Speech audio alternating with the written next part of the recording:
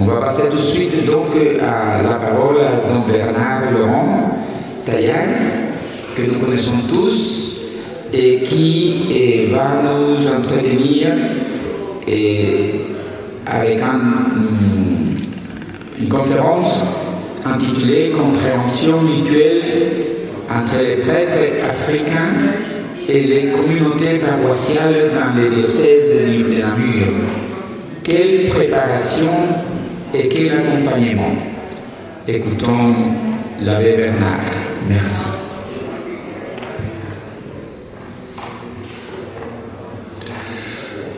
Voilà le travail qu'on m'a demandé.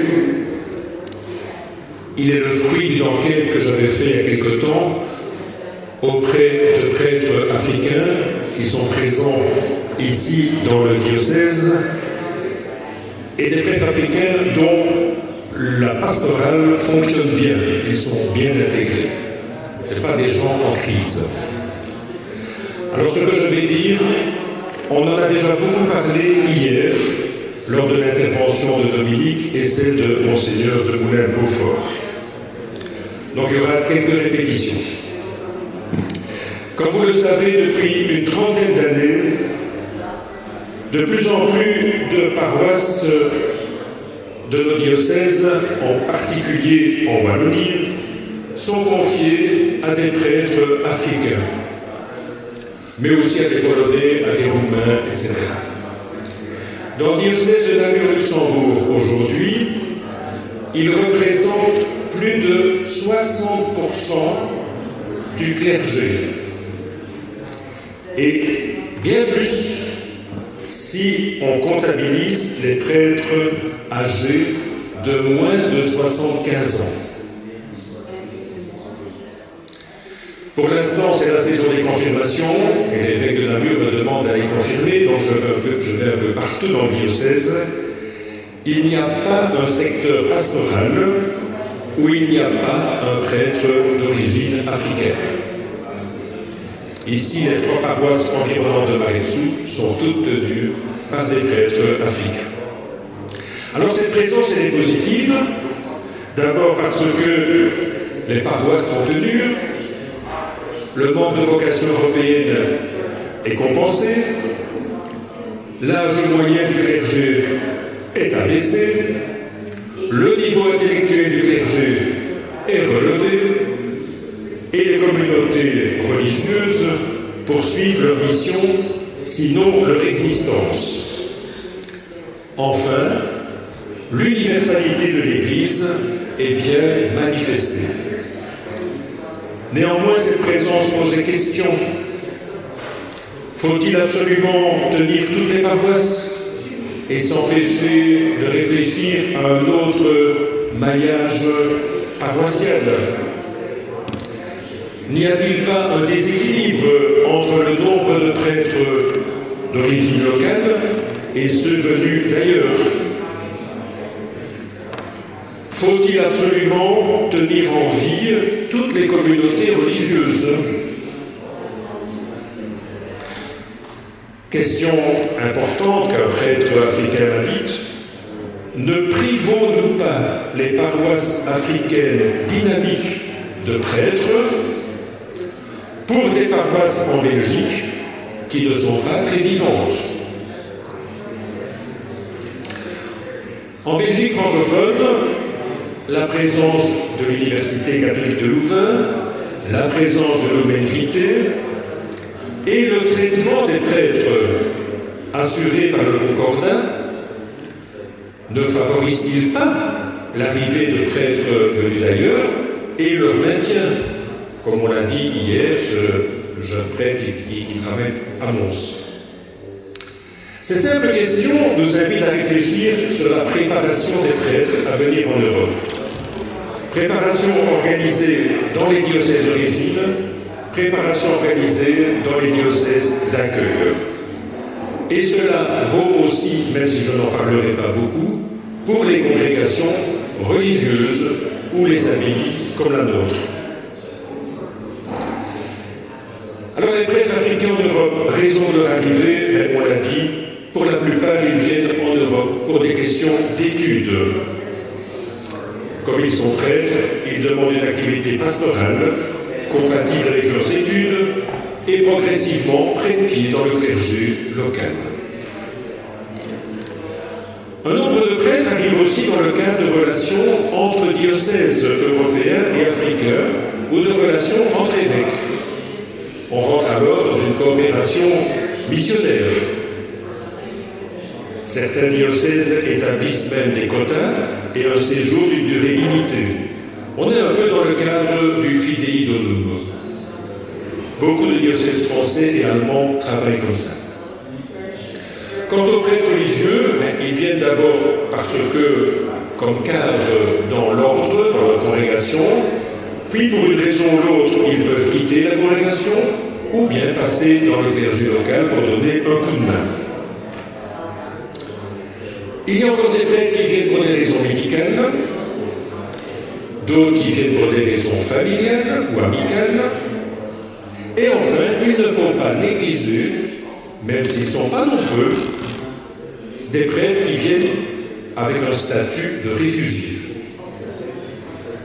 On a connu des prêtres ruandais comme ça, dans les années 90.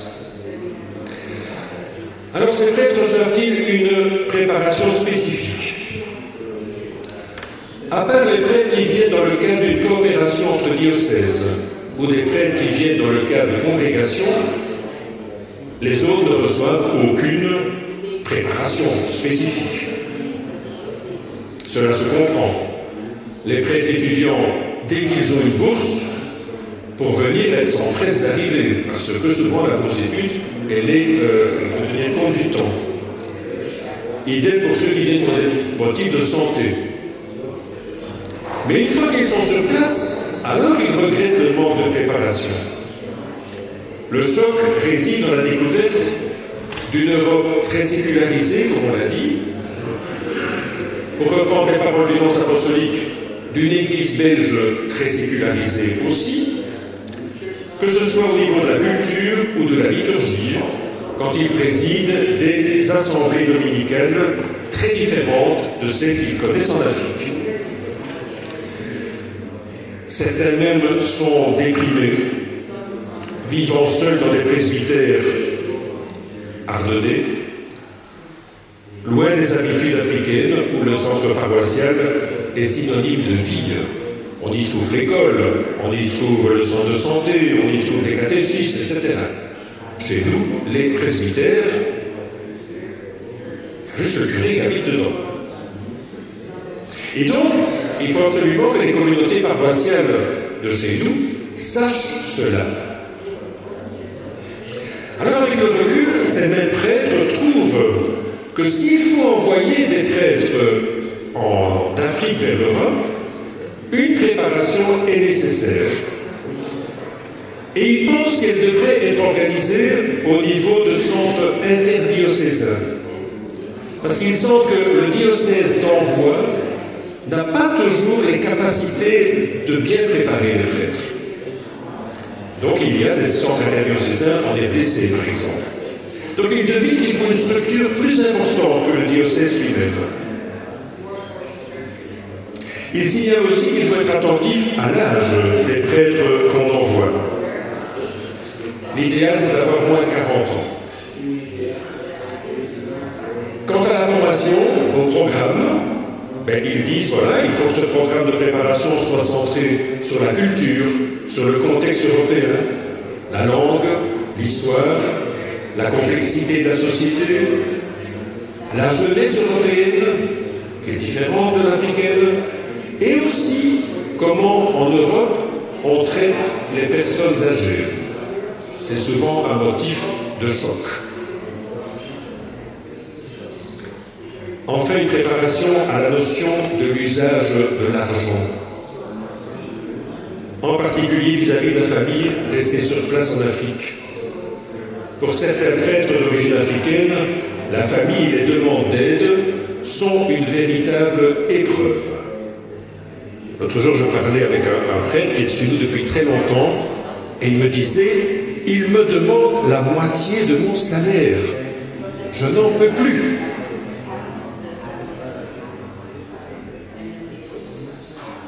Bref, cette formation leur semble nécessaire pour éviter qu'ils ne jugent négativement l'Europe. Ils estiment que le diocèse européen doit lui aussi mettre sur place une structure d'accueil d'une durée de plusieurs mois. Parmi les différents thèmes que vous devinez, il y en a un qui requiert une attention, c'est les relations avec les laïcs engagés. Parce que là, il y a deux sources de conflits possibles. D'abord, la forte identité du prêtre africain et un autre type d'ecclésiologie dans nos paroisses. Et puis la différence d'âge entre des prêtres africains jeunes et des laïcs engagés dans nos paroisses qui, majoritairement, ont l'âge d'être leurs parents. Ce sont souvent des personnes âgées avec une mentalité des années 1980.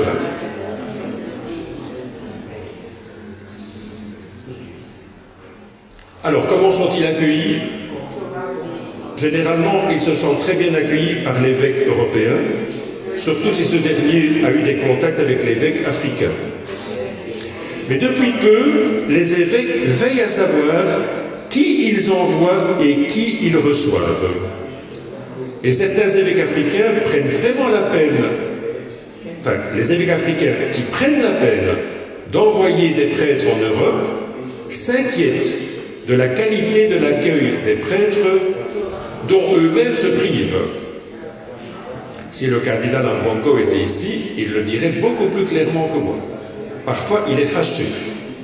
Il dit, moi j'envoie des bons prêtres en Europe et ils ne sont pas bien accueillis. Donc les évêques africains s'inquiètent de ça. Quant aux fidèles, en gros, ils accueillent bien les prêtres venus d'ailleurs. Ils aiment bien la spontanéité des Africains. Mais vite, il y a parfois des préjugés. Vite, la difficulté, ils ne prononcent pas bien le français. Et même parfois des réactions racistes dont vous avez parlé hier. Bien entendu, l'attitude du prêtre conditionne aussi celle des fidèles. Certains se sentent de suite responsables du soin des âmes et proches des gens. Et là, tout se passe bien. Comment ces prêtres africains voient-ils leur mission?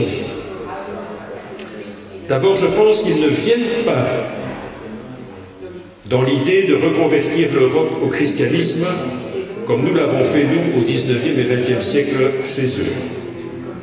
Alors, assez étrangement, mais vous pouvez me contredire, ils ne se sentent pas missionnaires. Par contre, ils se considèrent en mission. Donc, il y en a une petite distinction. Donc, ils ne se voient pas comme des pères blancs chez nous, quoi. Mais ils se voient en mission.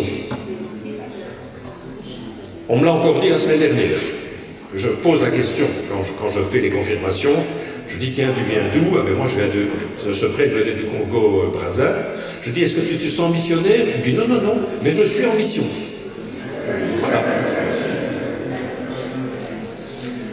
Donc ils prennent la place des prêtres belges, moins nombreux qu'avant, et font ce que ferait un prêtre belge. D'ailleurs aujourd'hui, de plus en plus de doyens sont d'origine africaine, ce qui signifie qu'ils sont bien installés dans la fonction. Une question qui arrive est celle de la durée de leur présence. Là, il y a trois possibilités. La durée des études, le temps d'un contrat, ou bien une présence plus longue, mais qui alors doit mener à une incardination.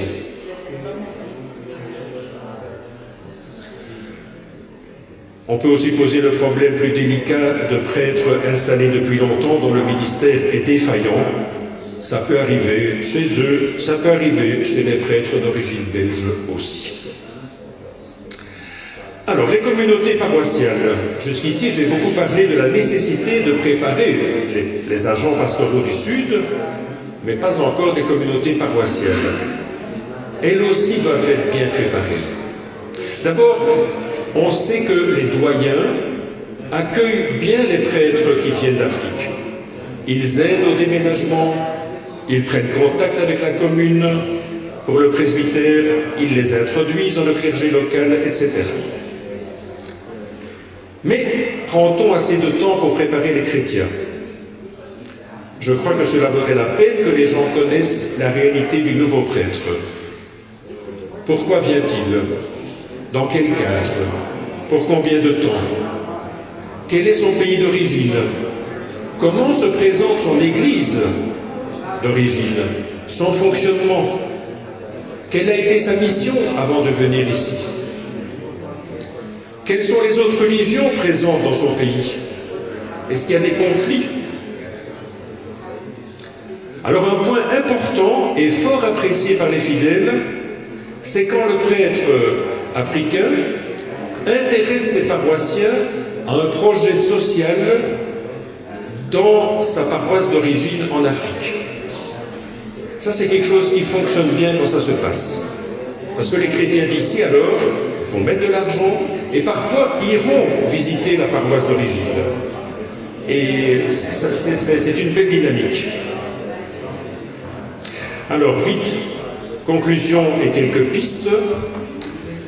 La réalité des prêtres africains en Europe, la présence des prêtres africains en Europe est une réalité dont bénéficient les chrétiens et les églises locales, à la condition que l'église qui accueille accepte sa pauvreté en prêtre comme une vertu chrétienne dont parlait hier Monseigneur de Moulin-Beaufort.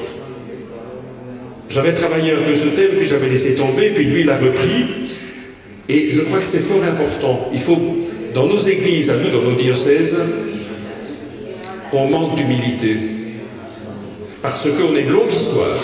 On a envoyé des missionnaires partout, et mentalement, c'est difficile de dire « Oh là là, aujourd'hui on dépend des autres ».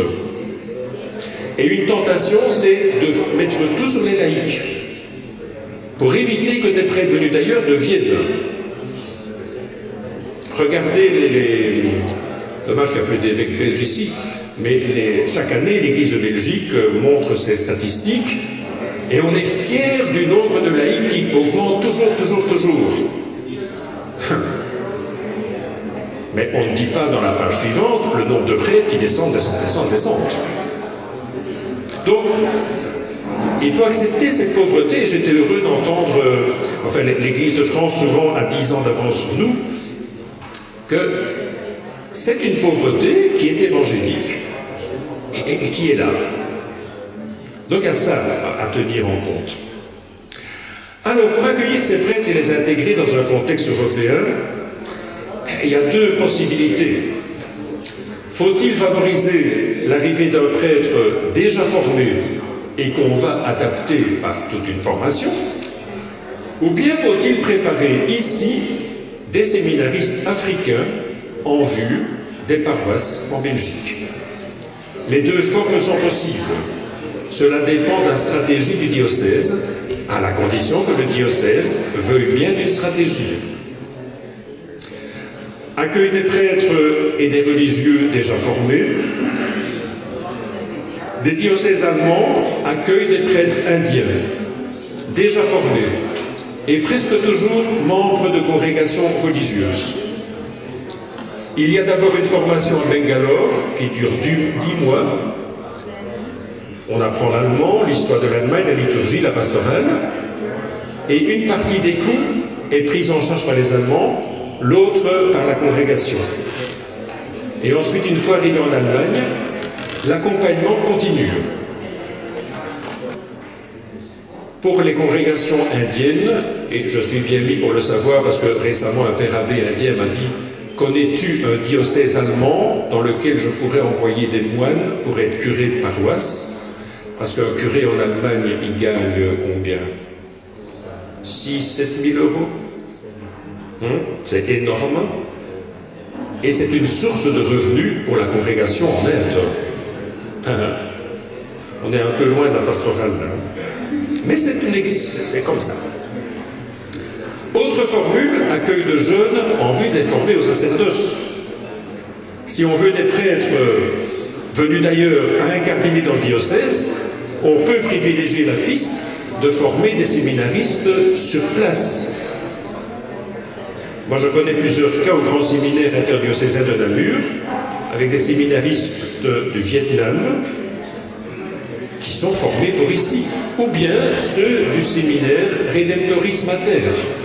Vous connaissez la formule, Redemptoris Mater, aujourd'hui, ils viennent d'Amérique latine, du Brésil, d'Italie, de Pologne, se forment entre eux, font des stages à l'extérieur, et ensuite seront ordonnés, soit pour le diocèse de Namur, soit pour l'archidiocèse de Bruxelles.